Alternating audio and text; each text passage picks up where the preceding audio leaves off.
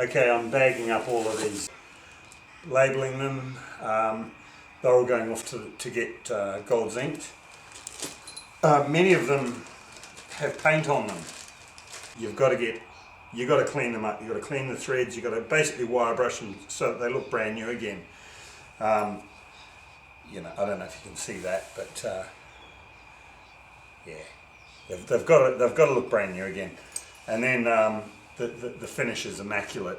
If you send them away with all the paint, yeah, some of the paint will come off, but they just look crap. Get that off because there's a sort of a recess in the head of the bolt. It's hard to get that cleaned out. So this is how we do it, chappies.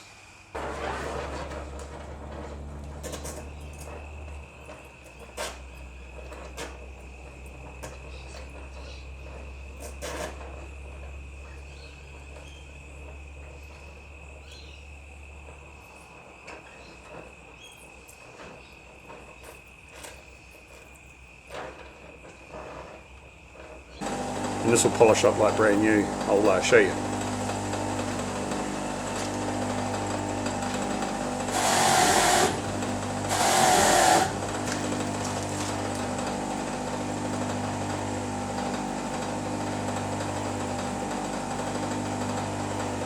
That's really how they have to go to the electroplaters.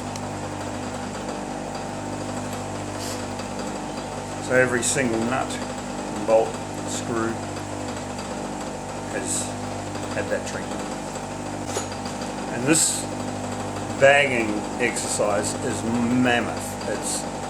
It's a major part of it. It takes forever. It's hard work, hard on the fingertips because you keep hitting them on the wire wheel. And gloves are no good because you just got no feel.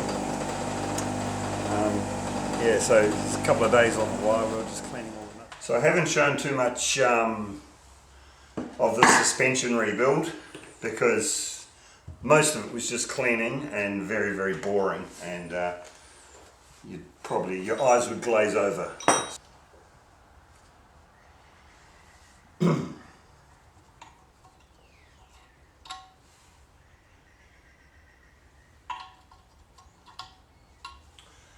That's interesting.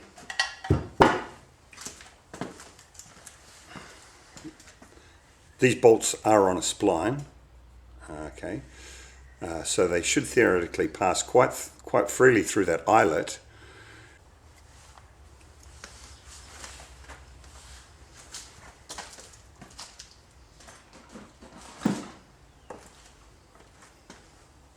Okay, that bolt at the shank before the spline starts measures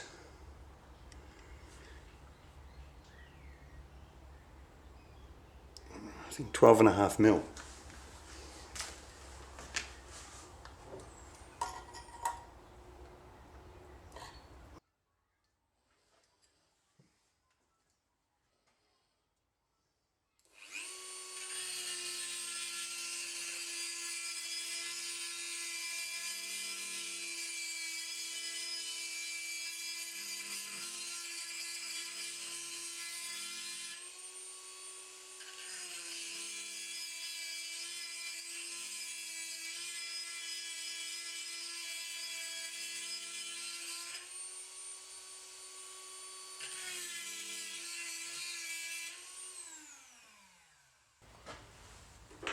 These ones, out of the original, just fucking popped out. Beautifully, easy in and out. I've had to heat these, grind them out a bit. What a nonsense. They should have come already installed anyway. There's enough room in the box. I mean, the box is big enough for it. They could have come like that. The bolt's too big to even fit. Even the thread section is even too big to fit in there. Had to grind that out so I didn't damage the thread. And then of course you've got the addition of the flare where it, on the neck, where it expands a little. There's no way in the world these things are going to go in. The next step is to get this into there. Now, the original part has an O-ring in there which retains the roof retains the grease. However, these have got a boot, which is cool. The thing is, you actually, it's really hard to get it in there with the boot on, and you need to put it in with the boot on. So one goes on normal, the other one goes on the same, but you actually have to, it's easy to peel it back now. You've got to turn it inside out. Okay, slide it on. In fact, I would probably say turn them both inside out. They just go on like that. Let's see how this goes.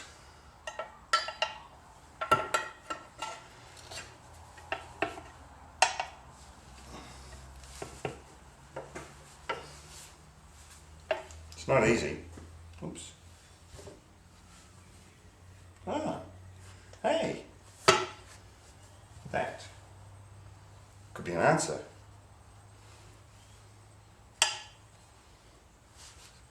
Actually, it's not an answer. It might be an answer for one side.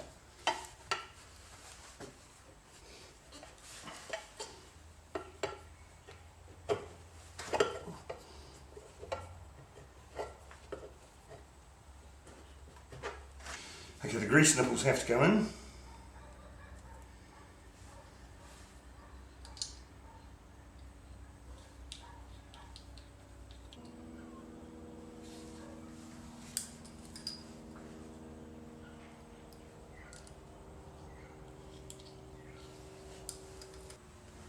Now, there's probably some sort of special grease, like a slow speed grease or some sort of special grease, not sure, but I just put a couple of squirts in there, get it going. I have boxes and boxes of this grease, and that's it. So I'm happy with that. Finger in there, run it around.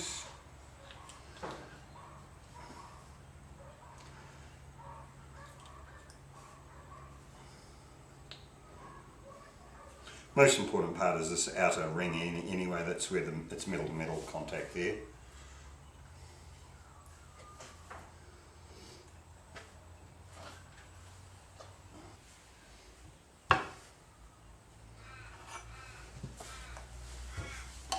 So I just nip them up till they get tight, well till they basically at their end, like that, and then just back them off.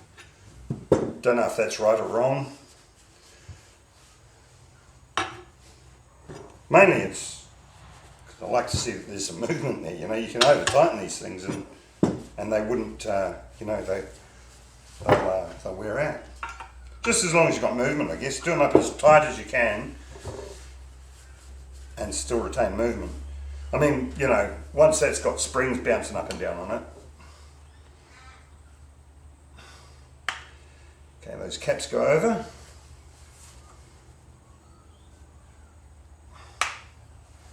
Beautiful. It's actually quite easy. Alright.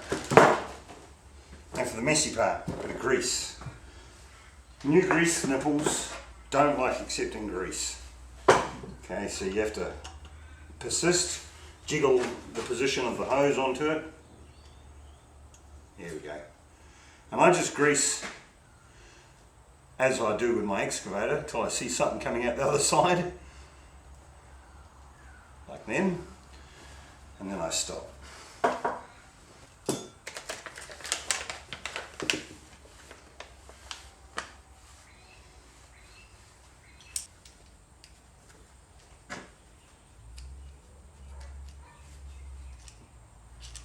I'm going to send this stuff away to get zinced, might as well.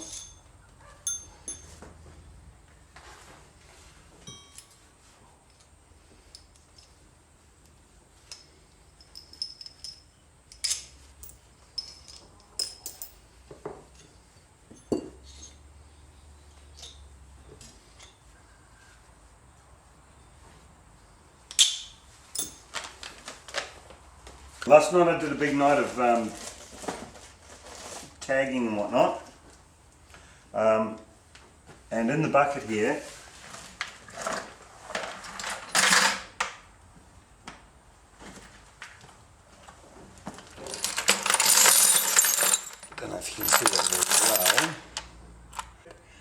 everything that I wanted gold, or that I want gold, or everything so far, has been meticulously cleaned. Okay. Who knows? So what I did,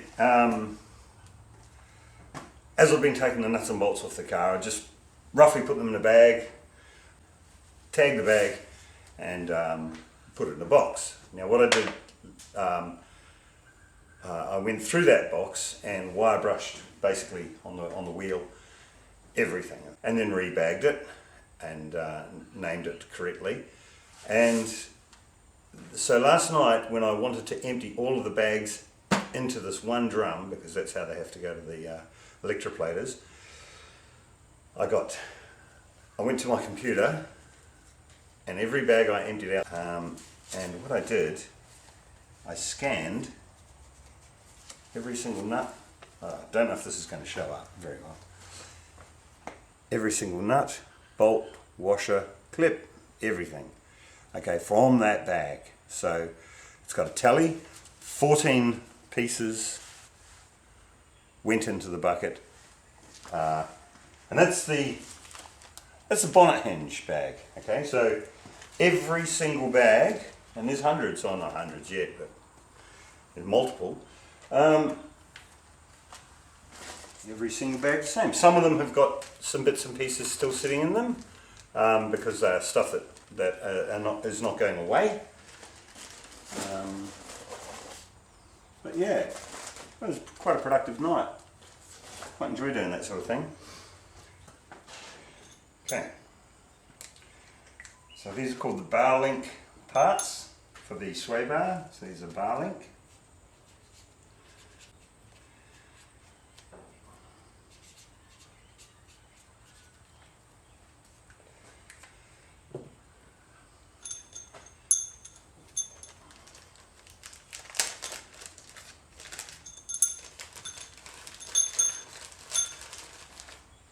I'm not going to put them in the bucket just yet, because I haven't scanned them. So they're going to sort of a holding box at the minute.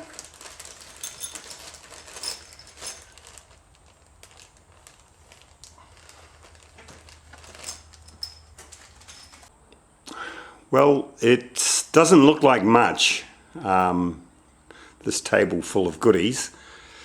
But this represents many hours of work, you know, cleaning, inspecting, replacing bushes and whatnot. It's been a pretty expensive little exercise as well. It's probably added about $1,000 to the build, really. Start the U-bolts for the lowering blocks. I've polished all of those up. They look fantastic, and I've also given them a coat of clear. The leaf spring saddles, ready to go into these, which are all nicely cleaned and painted up, and the lower shock and shackle brackets. These are a real work of art. I've just rebuilt these as well. New tie rods, inner and outer. I've cleaned these up, polished these up. The actual locking brackets, they come up really well, so they look fantastic. Onto the rear shocks.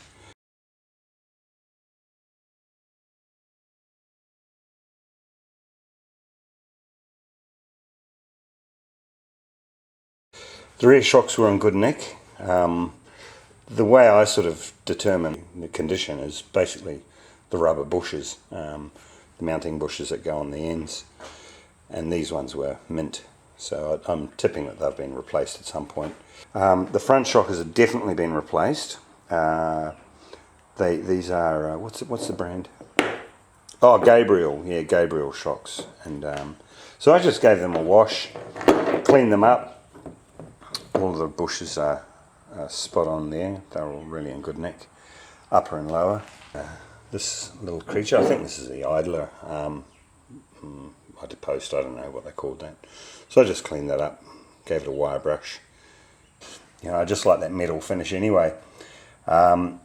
The caster rod bushes, these are pretty much brand new. These originally were the blue ones, so that's the pro stock or something version of the urethane bush. Yeah, so they come out originally blue, but they of course have blackened off, being under the car for, you know, a while.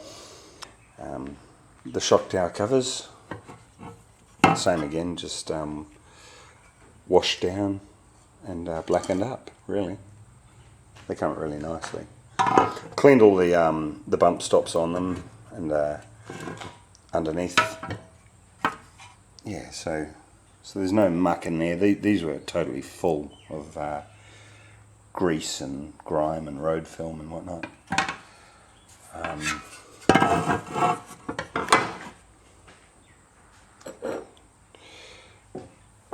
These were an interesting little thing. I don't know what I was doing. I just decided to clean them off, and I was wire brushing them, and they were starting to come up really quite nicely. And I thought, well, you know, I could send them away, but I thought, no, I quite like that. So quite like that sort of metal finish. So polished them up, and there are a few file marks in them from, you know, when they were stamped or, you know, punched out.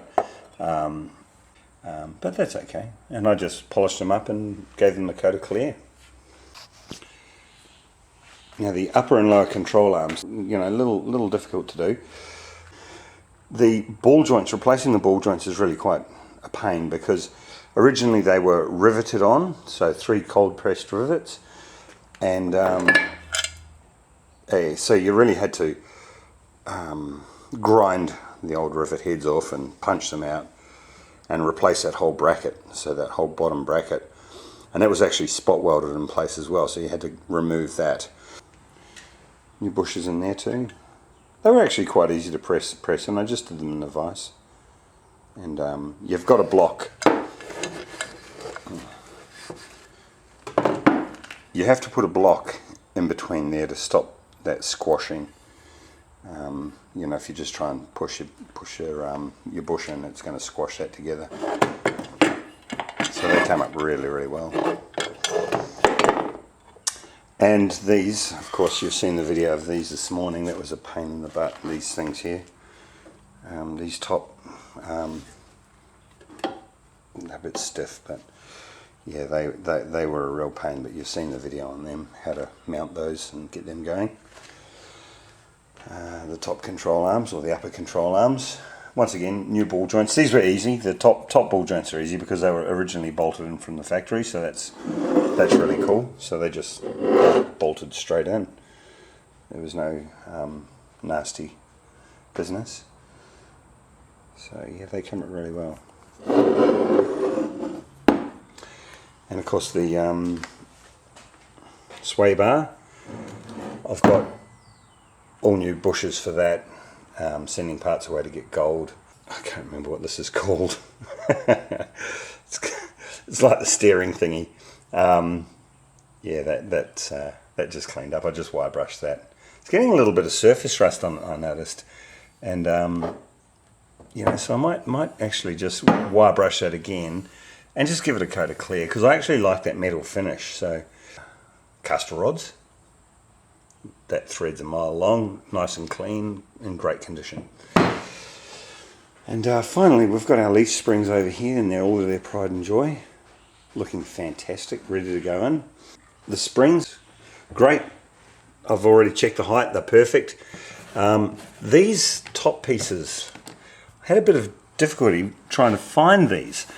Now, so I haven't replaced them. I've had a look online onto eBay, but I still can't find them. So that one's okay, but this one here is a bit tatty. It's a bit broken, you see. So I'm going to see if I can get some, but if not, I'll just have to glue that up and araldite it and fix that up. You know, the people down at Repco in Frankston, they tried to locate some or source some, and they just couldn't do it.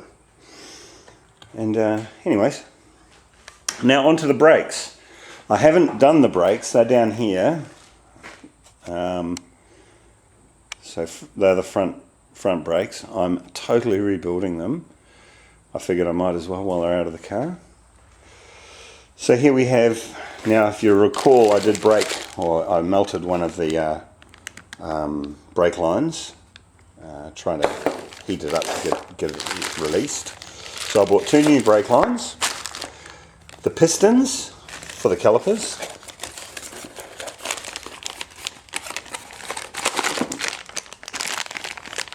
and I haven't even inspected the pistons that are in there, but I'm tipping they'll be old and rusty. The rebuild kit, which has just got basically the 2 seals, the dust boot and the square-faced seal. So it's for both sides. Brake pads, wheel bearings, and of course the rotors. Brand new rotors, there you go. With brand new brakes, brand new suspension, or inspected and reconditioned and checked. That's the car. That's really the important stuff. Steering, you've got to be able to steer and you've got to be able to stop.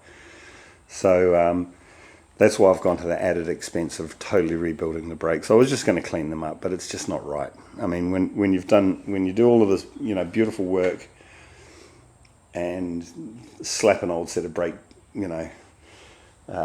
rotors in, and maybe even new pads, but old brake rotors, it's just wrong. So you've got to replace everything.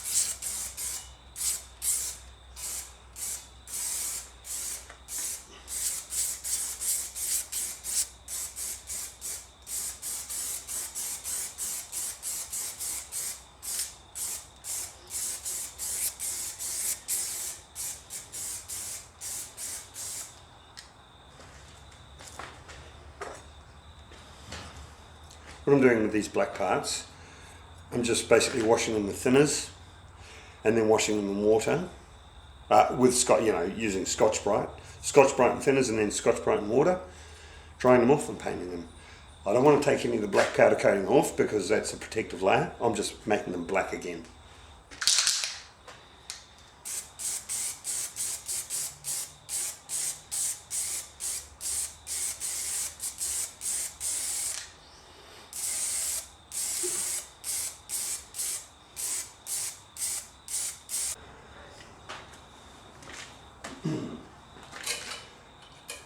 So we don't have a parts washer, so this is it, Scotch-Brite and thinners.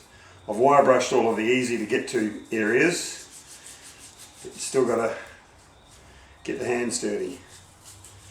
And you can't really wear those latex gloves because they just blow out in about 2 seconds. And so this is all I've been doing for the last couple of weeks really, just washing parts, cleaning them, painting them, and putting stuff back together with new bushes, bearings or whatever. So it doesn't make for very interesting viewing.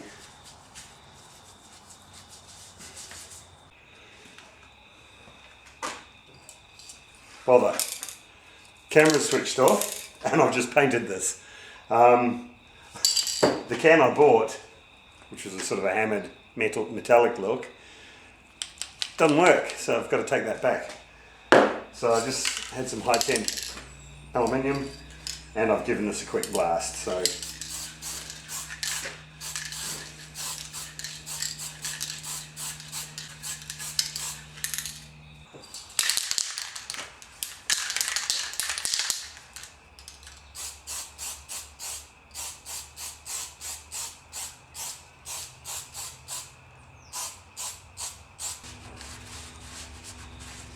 I'm really missing daylight savings, you know.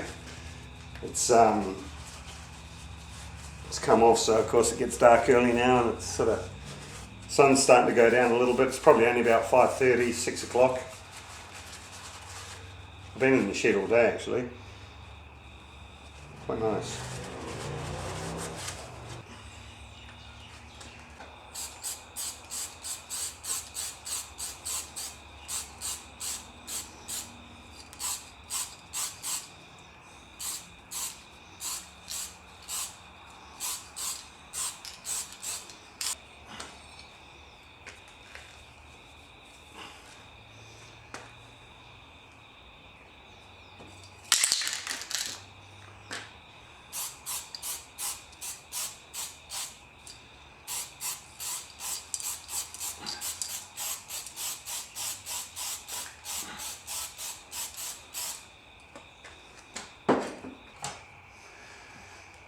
Okay, I didn't have any gasket paper. I thought I did, so I'm just using a bit of silicone, bit of gasket maker.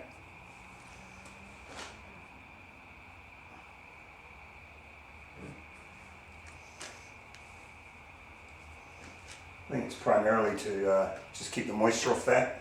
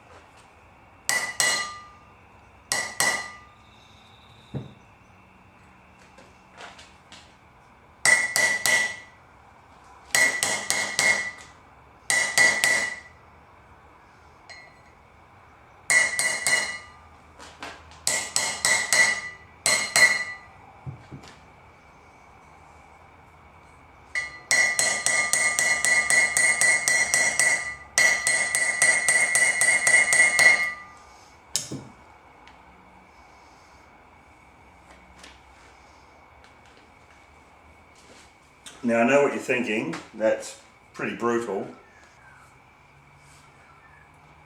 but there's no burr on that edge. It's not burred at all.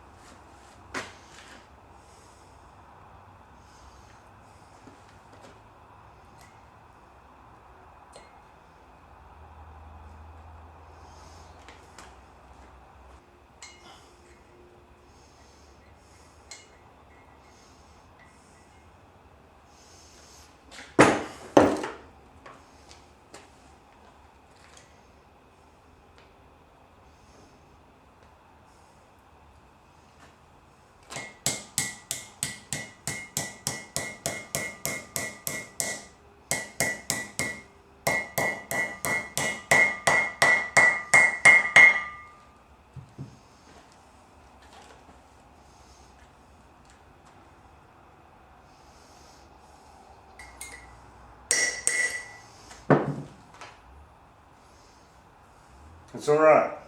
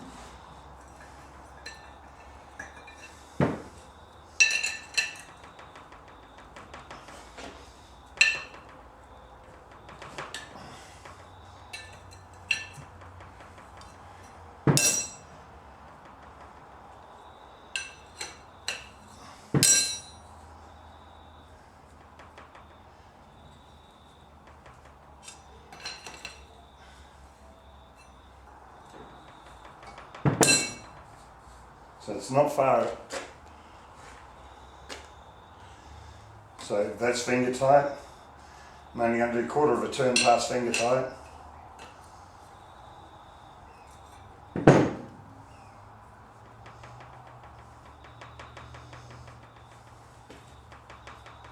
there we have it.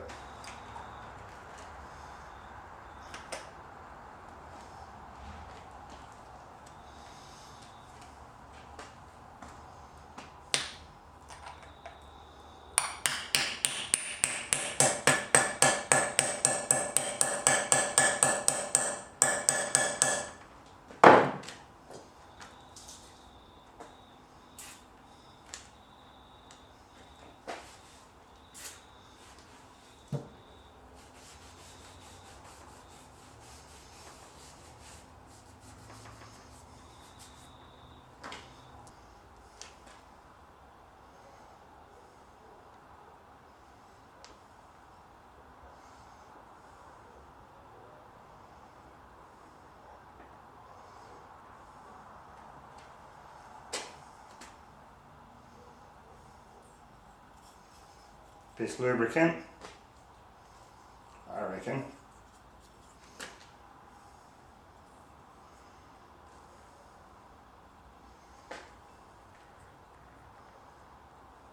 Is brake fluid. So you just have to make sure that that is seated nicely and it's all totally clean and around that inner lip, because this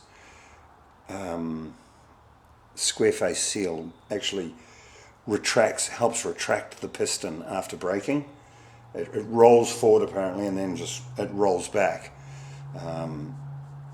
So I don't exactly know how it works, but yeah, so you need to have that completely clean and well seated. Oh, I had a look at the old piston. It's pretty mint. I didn't actually need to replace them, but I bought them this morning on the hunch that the car's 35 years old and they'll be rusty, but they're not. They're good. It's a new one and it's the old one. So, anyways.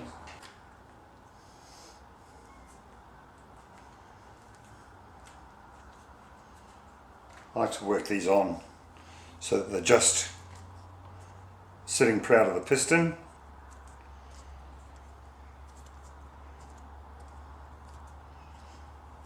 Right.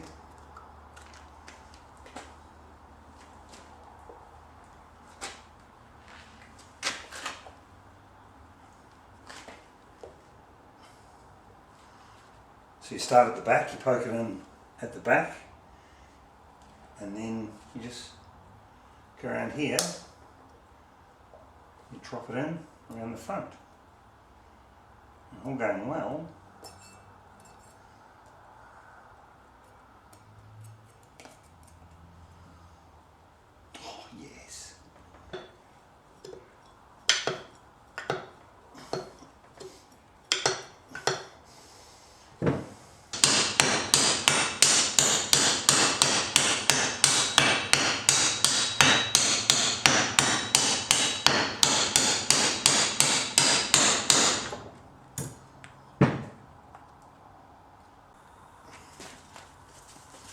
Okie dokie, it's time to assemble the brake.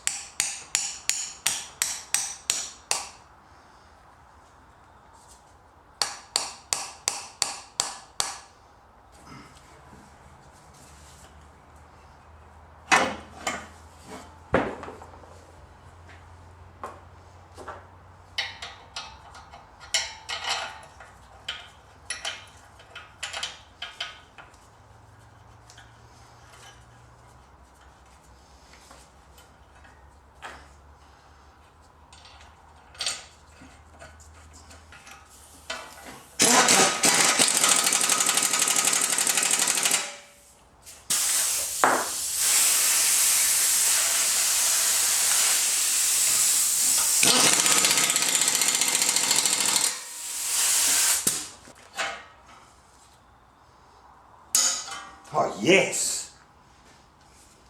Something longish, and you pry it back towards you. Yeah.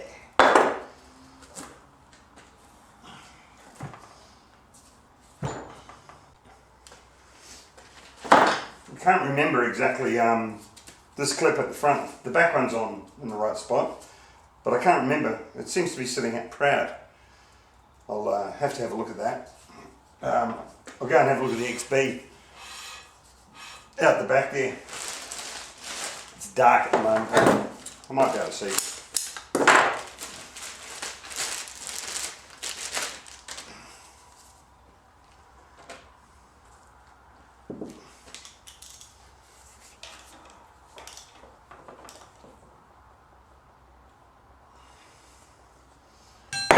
Okay. So that, my dear friends, is that. Okay, you can probably tell by that video that I don't really know what I'm doing. I rebuilt the brakes on the XW and they worked fine. New pistons, the seals. These brakes are slightly different in their operation. I can't understand how the actual there's no real slide. I mean, there is a slide, but it's a very, very dodgy slide by comparison to the Gerlock brakes that I had on the XW. These are PBR. And this slide function here just doesn't, I can't see how it works, but it must. Anyways, I'm pretty happy with that. They came up really well.